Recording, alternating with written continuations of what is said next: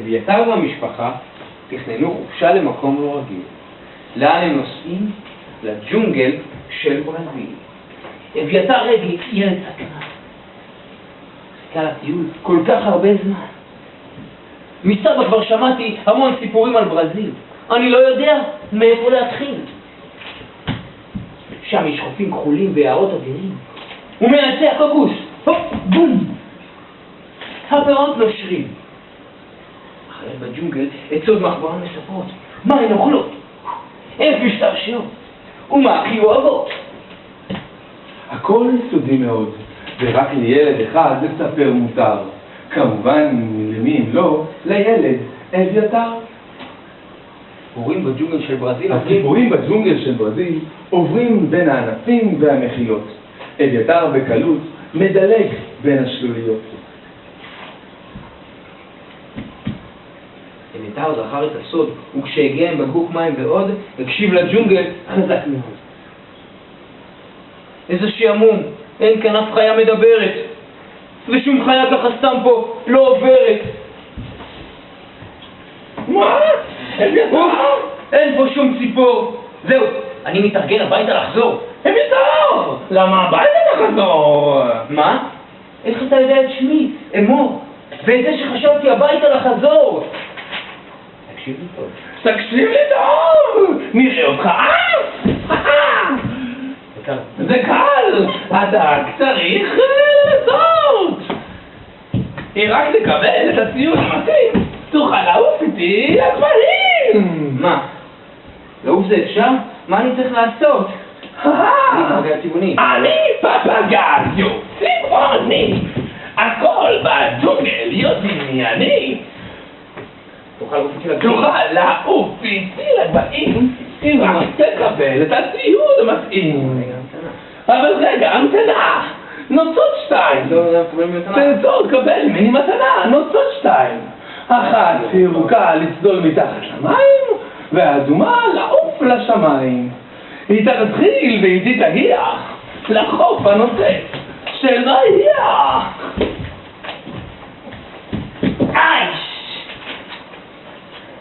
אני לא מאמין. את הנוצות בתרמיל עצמי. חכה פפגאיו, קצת יותר לאט. התרגילים שלך כבר רוצים לי סלט. בכל אותו זמן מקקו להם ערב. אחרי אביתר ופפגאיו הוא עקב. תכף עוד תשמעו עליי. כשהגיעו לחוף באיה התפלא אביתר. אוי, החוף הזה כל כך מוזר. רגע אביתר, אתה אומר מאחורי הקלעים. רגע אביתר, שכחתי משהו בג'ונגל של ברזיל. תעשה 1 ו2, איזה תרגיל. אבל לאן פפגאיו הלך? אולי פפגאיו לא יחזור ואותי שכח. אביתר נשכב על החול החם ולפתע ראה סלע ממקומו קם. שלום לך אביתר. את בכלל לא סלע, את צבת ים. צבת ים, טרטרות געני, מבצר של שנים על הגב מעוני. אני זקוקה לילד גיבור שעל הביצים שלי ישמור. ילדים, יש כאן ילד גיבור שיודע קפוארה שיכול לעזור. גברת ארטרוגה חפרה בו ואת ביציה הטילה במהירות האור. קראה לאביתר, תכף אשוב. חזרה למים והופ, צללה שוב. ובינתיים על החוף אביתר התאמן בקפוארה בלי סוף.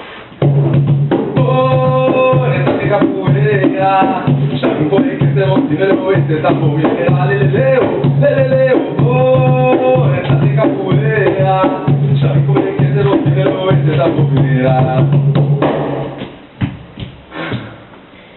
אביתר ישב על החוף ושמע, ואז שמע רשרוש מוזר. הוא ראה את מקקו הקוף המוכר, שקפץ בהתלהבות ובאור בחול חפר. אביתר מהצד התחיל לחשוד, אולי מקקו מחפש מה לשדוד. איך תקפוץ על הקוף חיש מהר, אבל הנה מה מקקו עומד. אני מקקו, הקוף מהיר.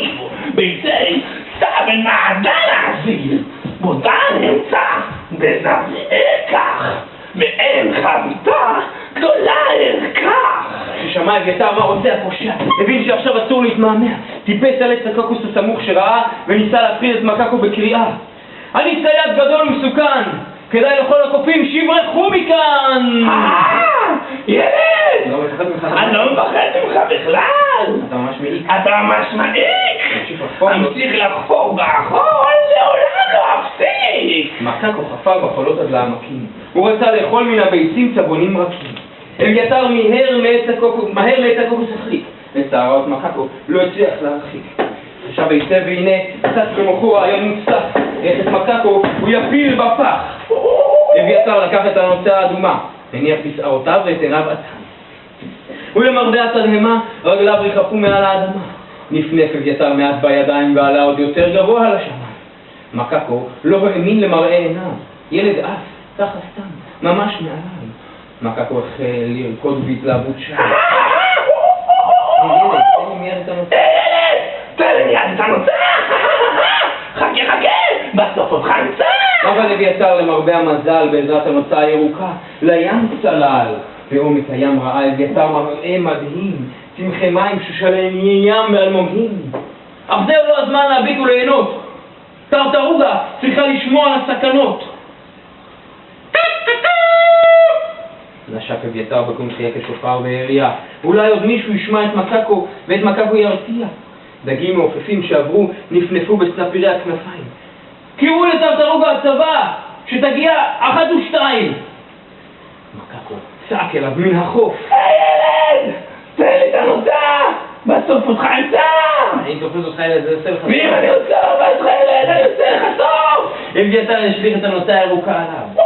מקקו הקוף לים נשאר. הוא לא ידע לשחות וכמעט טבע. לולא ריחם עליו אביתר ותפס בזנבו בחוזקה. אצילו, אני לא יודע מה לעשות. אני לא יודע מה לעשות! ילדים, אתם יודעים לשחות! שהגיעו כמעט עד החוף. גל גדול התנסה ואיים אותם לשטוף. אבל ברגע האחרון מתחת אביתר הופיע. זו הייתה טרטרוגה הצבא, שבצחייה מהירה הגיעה. אביתר רחבה השריון. אבל במים כמעט טבע, מקקו הקופון. מה אביתר ראה? זו הייתה הלהקה. ואז רק הבין אביתר שטרטרוגה היא המלכה. סמכו צוות הים על ההצלחה. הקיפו את אביתר בשמחה. וטרטרוגה המלכה אומרת, תודה רבה לך אביתר, הצלת את הקן שלי מסכנה. כשתרצה צוללת ימית, שים על גבך את השריון העגול, ואיתנו במים תוכל לצלול. ומה קרה למקקו הקוף? נשאף רטוב וצבות עד החוף, והצבונים הקטנים הם בקעו מהביצים.